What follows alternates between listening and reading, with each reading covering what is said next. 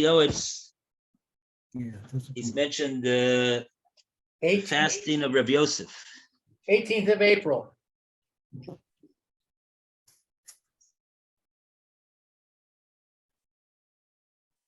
Okay, let's see. 85a. Rabbi Yosef fasted words come up through. also 40 fasts and another 40 fasts, then 100 fasts. Wow. Would they be 24-hour fast or 12-hour? I don't know. Let's see if somebody Haven't found it yet. A personal fast 12 hours or? yeah, generally they're not like Yom Kippur or right. Oh, You got it? yeah, if it's upside down. Yes. Hi, sorry, not sure why it's doing that. Blood's rushing to his head. And yours. See how quickly he almost fixed it? It's wild. Huh. Upside down. There's a spot I know where I had it upside down a few times. There's an arrow Oh, here it is. showing what shape way it is.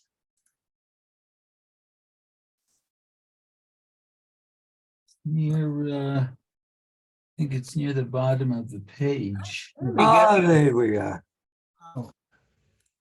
I actually can be there at the meeting. Hey, Now just tilt it down a little how you bit doing, Alan? so that way they can see you. There we go. All right, enjoy. Thank you. Mm. Okay, so yeah, the story of Rabbi Yosef is on the towards the bottom of this page here, 85a.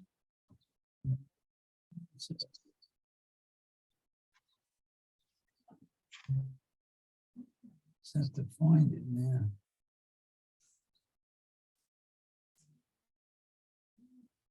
Oh, okay. It's Rabbi Yosef Rabbi Yativ. Yosef, One, Arbain two, Tanesa. 4, 5, 6, 7. Yeah, 8 lines up. from He the bottom. fasted 40 fasts. Rabbi Oh, where? Reuben, Yeah. 8 lines up in the middle of the, it says Rabbi Yosef Yativ Arba'in Tanita. Right.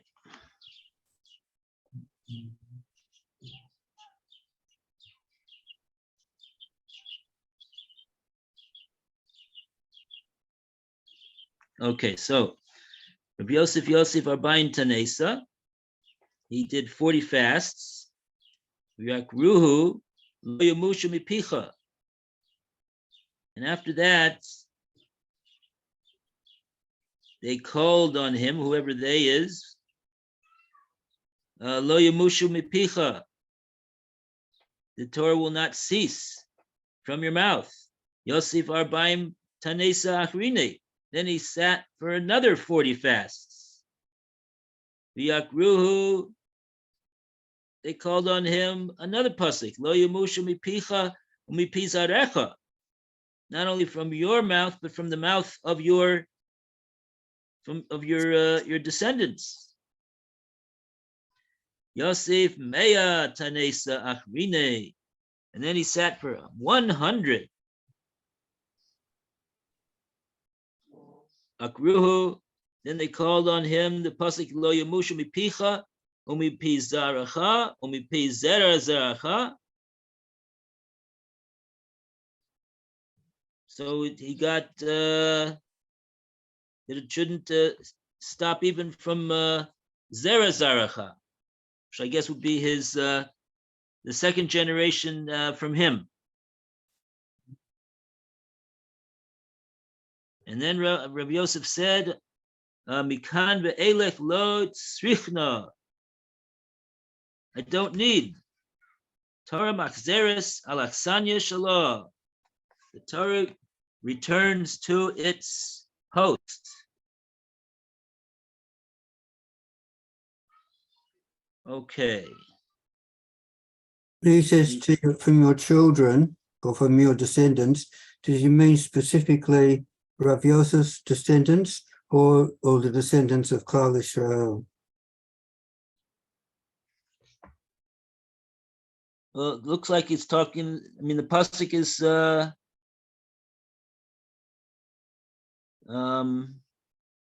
Yeah, I mean, the pasuk itself is being said by the Navi to Klal Yisrael. So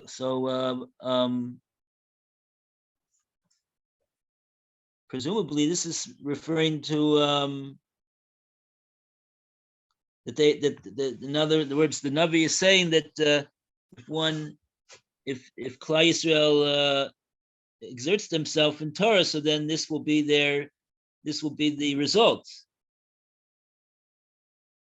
But you're asking this, could this that Rav Yosef fasted all these fasts, could this also help not only for his own children, but it could help for all the Jewish people also? Yes, or yes, or is it just or is it all Klal Israel, including his children? Therefore, Well, I have a note here from the Marsha. The Marsha says over here, Yosef Mea Tanisa Achrine. He sat for another 100. Arbaim Rishonim V'Shniyim. His ana keneged Arbaim Yom Sheyeshev Moshe Rabbeinu B'Shamayim. Kedei L'Kabel HaSatorah. The first 40. The first Arbaim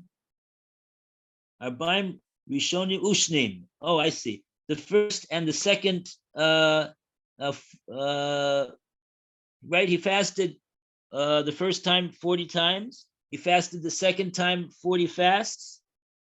And so these 2 times that he fasted for 40 times correspond to the 40 days that Moshe Rabbeinu was in Shemayim receiving the Torah.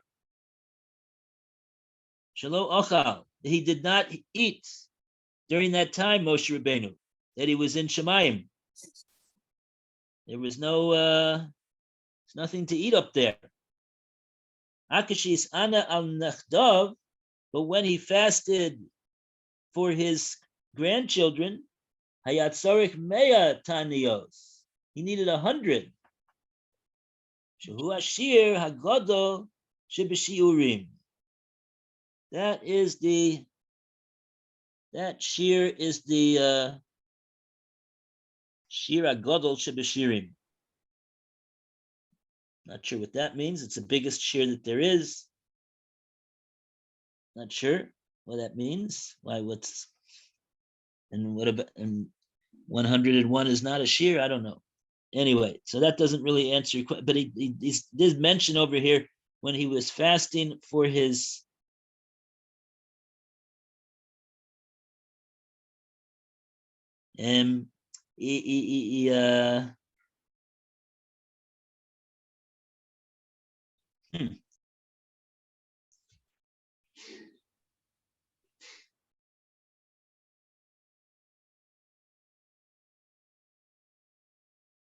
Oh, here's something else. That wasn't so clear to me what the Marsha was meaning to say over there. But there's another note here from the words of the Mordechai. He wasn't fasting so that the Torah shouldn't depart from him. Rav Yosef Talmid Chacham B'Sinai. Rav Yosef was known for his great erudition and his breadth of knowledge. He was called Sinai. There's two expressions. There's of Talmidei Chachamim. There's one Talmud Chacham, they would call him Oker Harim, the one that uproots mountains. In other words, with his great analytical ability, he's able to uproot principles that we thought were the correct principle. But then he showed us that there's a difficulty.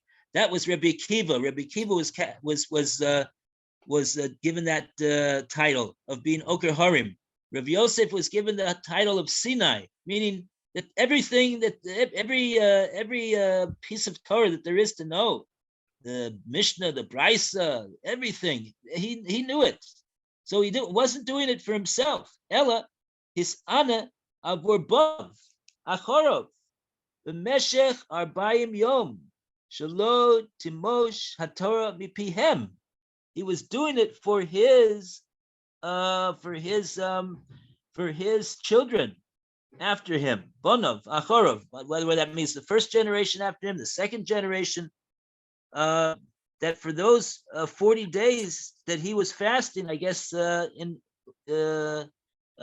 successively, that the Torah should not depart from their mouths. V'kach gam meduyak b'divrei Rashi, ela shemishamayim hishivu lo she'ein dai b'zeh l'fol avur zaro, ela rak avuro, u'atzmo lo haya nistrich l'kach, u'l'kach yisana od 40 yom nosafim. I'm just reading this to get a sense of what's being said over here. Kevan she'es harishonim lo haya nistrich avur atzmo, itztarfu 40 hatanios hashnios el harishonos ubishmonim tanios zocha shehikriuhu oso mi'ashamayim lo yamushu mipicha mipi zarecha aval kedei shelo tamush haTorah gam mizera zero zeh davar yoter gadol hutzrik meya tanios nosafot. Okay, so basically, with each succeeding set of fasts that he did, the first 40, the second 40, and then 100 after that, that was able to have an impact on his children and on even his on Zarecha, his children, and also Zera Zarecha. But it doesn't say anything about the rest of Klal Yisrael. The rest of Klal Yisrael, they also have to eat for his own grandchildren. That's how it works. Because that's how they describing it worked for Rabbi Yosef. So that I think answers your question. Thank you. Okay, so that's the Gemara in Bava Metzia. It's very interesting, actually, because we, in the Kola, we've been learning a Gemara in Nida that Rav Yosef asked on a certain principle that was expounded, and to say like, what? Where does that come from? And his Talmud told him, but Rebbe, you were the one that taught us that. And Rashi explains what happened over here. Rashi explains that yes, it's known that Rav Yosef he forgot his learning. So what does that mean? He forgot his learning. It means that he needs his Talmud to that he did teach him that. And then Rav Yosef, when he heard that, he said, "Oh yeah, right. Yes, of course, yes." So that's what it means that he forgot. He didn't have it on the tip of his tongue. He forgot.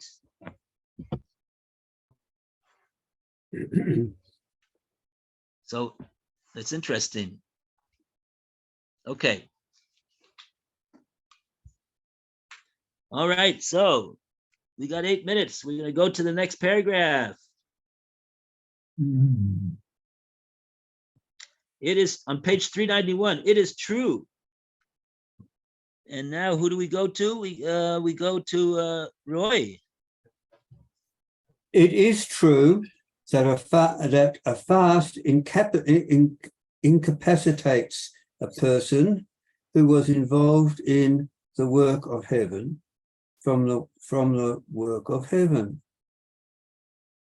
Therefore, the halakhic decisors, or Achaim, in Simon 571.571.2, wrote that one who teaches children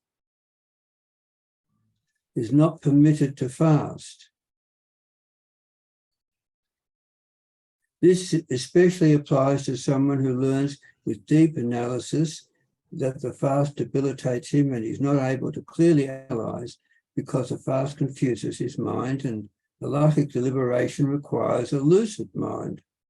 The halakhic decisors, see Magen Avraham, Simon 571, already disagreed if it is better for someone, quote, whose Torah is his profession, unquote, to fast for his sins, knowing that it would cause him to be void of his learning, or to learn Torah, which will atone for him. The greater consensus is that he should fast in order to eliminate his sin and in order that his Torah will be desirable. I suggest a compromise, that a Torah scholar should embrace both. During a year or some part of the year, for example, during the month of Elul or the days of awe, or the more so, during Shuvavim, he should fast. If he's not able to learn with deep analysis, then he should review material, Holy Zohar, works of Musa, moral improvement, Tehillim, sacrifices, etc. And in the other days of the years of his life, he should learn with deep analysis. Consequently, both things will be established in his hand. Okay, so here we see that Pele Yoetz is acknowledging that that the fasting is going to take a toll on his learning, and so therefore he suggests a compromise to be able to facilitate both the fasting and also the learning, because person who's fasting, he doesn't really have the same ability, generally speaking, he doesn't have the same ability to analyze and to think deeply about what it is that he's learning. So it's interesting. He says that, so during those times, he says he should nevertheless fast various times of the year, Elul and Sarasime Tshuva and Shovavim. And so during that times when he can't analyze deeply and plumb the depths of the halacha, so what should he do? He should learn Zohar and Sifrei Musar and Tehillim, Korbanos. And then when when he's not fasting, so then he can engage in learning with great analysis and depth. What's Shovavim? Shovavim stands for the parshios of Shmos. Shin is Shmos, and it goes up to Parshas Mishpatim. That time of the year was I think it was it's something that comes from the Arizal, I believe. It's not the Shovavim is not mentioned in the Talmud, but it was emphasized by the Arizal and his followers. Days of tshuva, days of tahara. During these times, the Klal Yisrael is those are the psukim. Those are the parshios that deal with the gula of Klal Yisrael. So that's from what? From Parsha? Parshas Shmos. Yes. Right.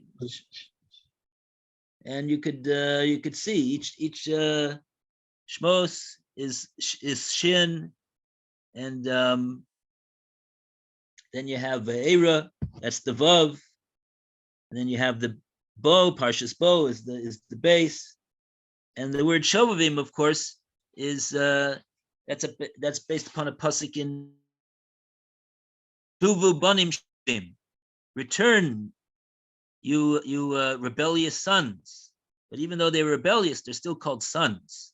So that's the time for that during the Shovavim. It's a special time that the Arizal said was conducive to tshuva and purification.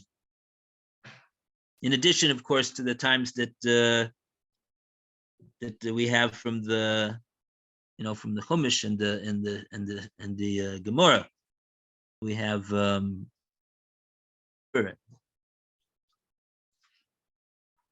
okay.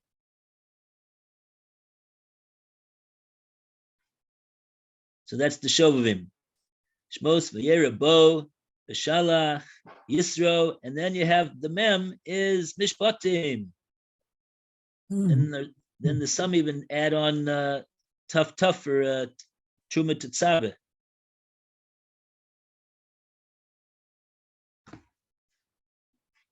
Okay. All right, so now we'll hold it for here. 11:29, 10:29, and we want to wish Meir a wonderful day. Okay, and all of you should have a Yashin wonderful day. Koyach. All the Okay. best. Very good. First Toivos. See you, Mayor. Be well. Okay, we'll see you around. Mm. We'll be back soon. Okay, very good.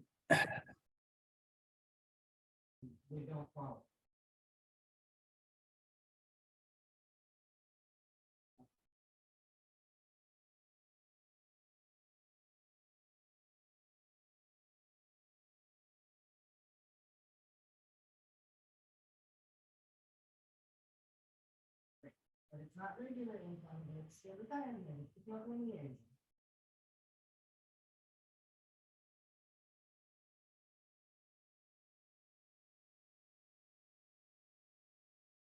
Right, I figured, because the number is so low, I figured that maybe a minute and a half it's the same.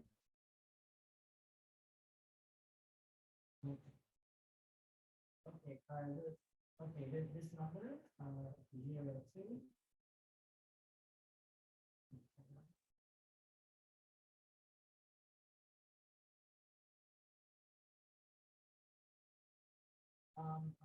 Okay, call, okay, this number is 054 844 327. Yes.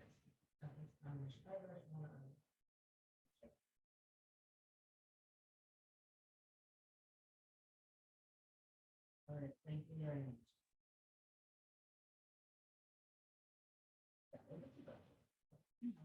But you can know,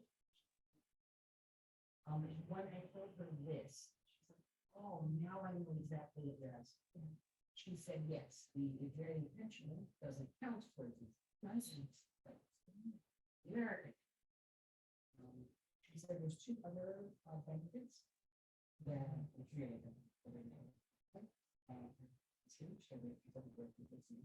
One is a discount on something that you pay. Here's a sizable discount for the first 100 years. And so she said, you have to do a year of things. But she did like a push for the 10 minutes that you get to see if it's already. So,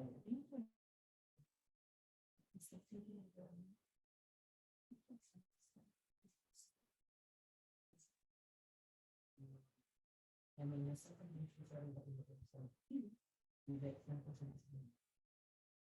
So, right, and so I wrote down. So she said you can look on the way you see it.